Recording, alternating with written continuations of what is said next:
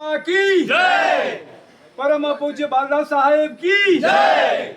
हम लोग के लिए बड़ा सौभाग्य है कि गिरौदपुरी में है, जो कहते हैं कि गुरु घासीदास जी की जन्म स्थली और तपो स्थली कब किया आपने, उसका प्रभाव यहाँ पे देखते हैं। उनके आजकल शिक्षक दिवस था, तो मैं कहता हूँ कि गुरु शरणम गच्छामि। अगर जीवन में सक्सेस होना है तो सक्सेस का सिर्फ एक ही फार्मूला है कि गुरु के शरण में हो जाओ, बस कुछ नहीं। जो कुछ कहे गुरु, बस उसके अलावा कुछ सोचना ही नहीं है आपको। गुरु शरणम गच्छामि, अच्छे से अच्छे लोगों ने यही मंत्र दिया है। मेरी आज्ञा बाबा जी से मैंने लिया है, बिना आज्ञा के मैं काम नहीं करता हूँ। तो उन्हीं की आज्ञा से मैं फिर से एक बार आज्ञा लेता हूँ आप सबके सामने में। तो आपसे कुछ पूछ सकता हूँ मैं? बिल्कुल बिल्कुल जी जी बेधड़क कुछ जी।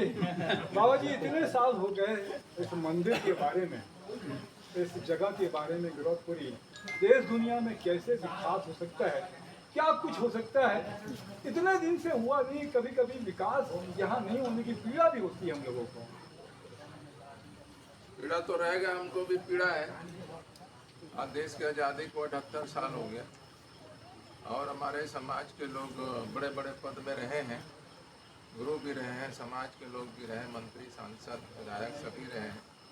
उसके बावजूद भी ये विडम्बना है कि हमारे जो प्रमुख तीर्थ स्थल है, दर्शनीय स्थल है, बाबा घासीदास जी के ये तपोभूमि है और अवतरण भूमि है, और जो जिनका संदेश जो पूरा विश्व में है, और ऐसा संदेश आज तक किसी ने नहीं दिया। जितने भी और महापुरुष गुरु ऋषि मुनि जो भी हुए, जो समाज को जोड़े और समाज को एकजुट में करे, एक मानवतावादी जो विचारधारा है, अहिंसा का जो रास्ता है, जो समाज को जोड़ने वाला सबसे बड़ा संदेश मानव मानव है। आज तक किसी ने नहीं दिया। मानव मानव एक करके कोई भी महापुरुष ऋषि मुनि, कोई गुरु, जितने धर्म गुरु, ये किसी ने समाज को जोड़ने के बाद सब लोग बोले कि भाई ये फलाने जाती है, ढकाने जाती है, ये फलाने वर्ग है, ये फलाने वर्ग है, ऐसा छोटा बड़ा ये करती है। और घासीदास जी एक ऐसे गुरु हुए उन्होंने सबको बराबर का दर्जा दिया। उसमें स्त्री पुरुष उसको भी बराबर का दर्जा, जितने पुरुष को अधिकार है उतने महिला को भी अधिकार है। जो जो क्रियाकलाप पुरुष करेगा वही क्रियाकलाप स्त्री को भी इजाजत है। तो इस तरीके से स्त्री पुरुष मानव में कोई भेद नहीं। उसी प्रकार से जितने भी प्राणी हैं, चाहे वो जल में रहने वाला हो, चाहे थल में रहने वाला हो, चाहे नभ में रहने वाला हो, इन सब का भी कल्याण। आज लोग मांसाहारी भोजन करते हैं और पहले भी करते रहे, तो इसी चीज़ को घासीदास जी ने कहा कि भी जीव पे दया करो। सभी जीव चींटी से लेके हाथी तक वो सब बराबर है, सब में जीव है, आत्मा है, सबको पीड़ा होती है। चींटी अपन पैर में तले रौन देते हैं तो उसको भी पीड़ा होती है, हाथी को भी पीड़ा होती है, उनको तो उसका महावत हथियार ऐसे मारता है नीला वाला, तो उसको भी पीड़ा होता है। हम लोगों को भी कांटा चुभता है, सुई लगता है, तो हम लोगों को भी पीड़ा होता है। इस तरीके से जो जीव है, चाहे कोई भी छोटा जीव बड़ा जीव, जीव तो सब बराबर होता है, शरीर रूप से छोटा बड़ा हो जाते हैं। तो इसलिए सबके कल्याण के लिए बाबा जी ने सब अहिंसा, अहिंसावादी मानव समाज ही एक ऐसा प्राणी है जो चेतन प्राणी है। मनुष्य जो सोचता है वो कर भी सकता है, लेकिन और दूसरे जो प्राणी है न सोच भी सकता है न कर भी सकता है। पालतू जानवर है बहुत सारे जो सिखाया जाता है, तोता को अपन सिखाते हैं तो वो तोता बोलता है हमारी भाषा। जो जानवर पालतू गाय है, भैंस है, ये बहुत सारे ऐसे जीव है, तो पालते पालते वो सीख जाती है मेरे को कहाँ पे बांधेंगे, कहाँ पे चारा देंगे, कहाँ पे बैठेंगे, कहाँ पे क्या है, ये वो सब सीख जाते हैं। तो इस तरीके से वो हमसे ही सीखते हैं, मनुष्य ही सीखते हैं, लेकिन सबसे जो चेतन प्राणी वो मनुष्य है। तो बाबा घासीदास जी ने मनुष्य को ही संदेश दिया कि भाई आप मनुष्य हो, आप मनुष्य योनि में जन्म लिए और आपको कैसे जीना है उसके बारे में आपको जानना जरूरी है। आप जन्म तो ले लिए हो इंसान के रूप में, तो इंसान के जो गुण होते हैं, इंसानियत का गुण, इंसान को कैसा होना चाहिए, तो वो संदेश बाबा जी ने बताया कि जो इंसान है, इंसान उसमें इंसानियत होना चाहिए, तभी वो इंसान कहलाएगा।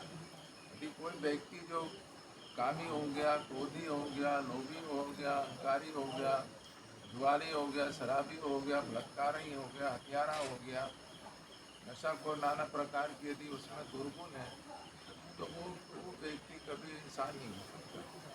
जिस इंसान वही व्यक्ति होगा जिसमें दया होगा, प्रेम होगा, करुणा होगा, एक दूसरे के प्रति समान समानता का भाव होगा, तो दयावान होगा। वही व्यक्ति जो है सभी जीव पे जो दया करने वाला, सबको सम्मान देने वाला हो, सबके अधिकार की रक्षा करने वाला हो, न्याय दिलाने वाला हो, सबके प्रति प्रेम रखने वाला हो, वही इंसान कहलाएगा।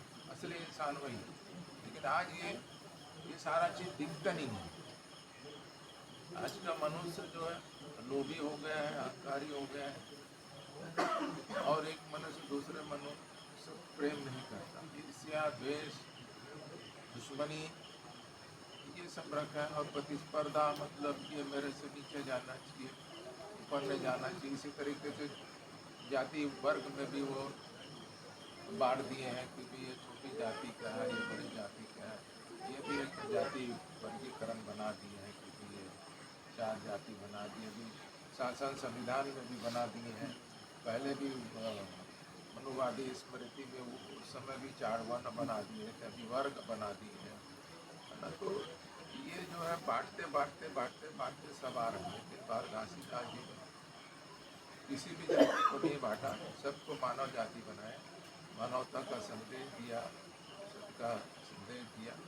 मानव जीवन को किस तरीके से हमको जीना है, परमात्मा कैसे करना है, सबका कल्याण कैसे करना है, खुद का भी करें, औरों का भी करें, खुद भी जिए, औरों को भी जीने दें, समाज के साथ सबका अधिकार का रक्षा करें, कहीं कोई अन्याय अत्याचार का बोलबाला ना हो। और एक ऐसा सतनाम यहाँ पे वातावरण होना चाहिए जो हर कोई सतनाम को माने। और शांति से जब और घासीदास जी ने जब हमें सादा झंडा दिया, सफ़ेद झंडा, सफ़ेद झंडा के मतलब ही शांति, स्वच्छता, एकता, ये एकता का प्रतीक पूरा मानव जाति एक रहे, सादगी से रहे, खान पान, रहन सहन, पूजा पाठ सारा सादा रहे। सबकी तरह हमारा मन भी रहे, तन भी रहे, वस्त्र भी रहे, सोच भी रहे, विचार भी रहे, और हमारे कर्म भी रहे सादा जो है। तभी हम सही मायने में इंसान कहलाएंगे।